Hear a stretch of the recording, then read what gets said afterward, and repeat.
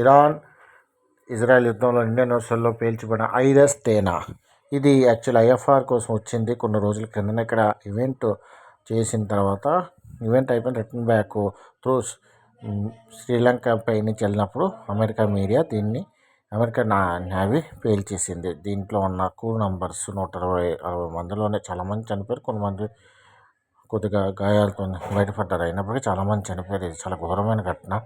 ఇది యాక్చువల్లీ జరిగిన main reason actually ఇది ఇండియన్ ఓషన్లో జరిగింది, కానీ యాక్చువల్లీగా ఇది ఐఎఫ్ఆర్ కోసం వచ్చిన తర్వాత ఇండియన్ కోస్టల్ నుంచి 200 నాటికల్ వరకు ఎక్స్క్లూజివ్ ఎకనామిక్ జోన్ అండి. ఇందులో జరగలేదు. ఇది ఎక్స్క్లూజివ్ ఎకనామిక్ జోన్ దాటితే ఇంటర్నేషనల్ వాటర్ వచ్చేస్తుంది.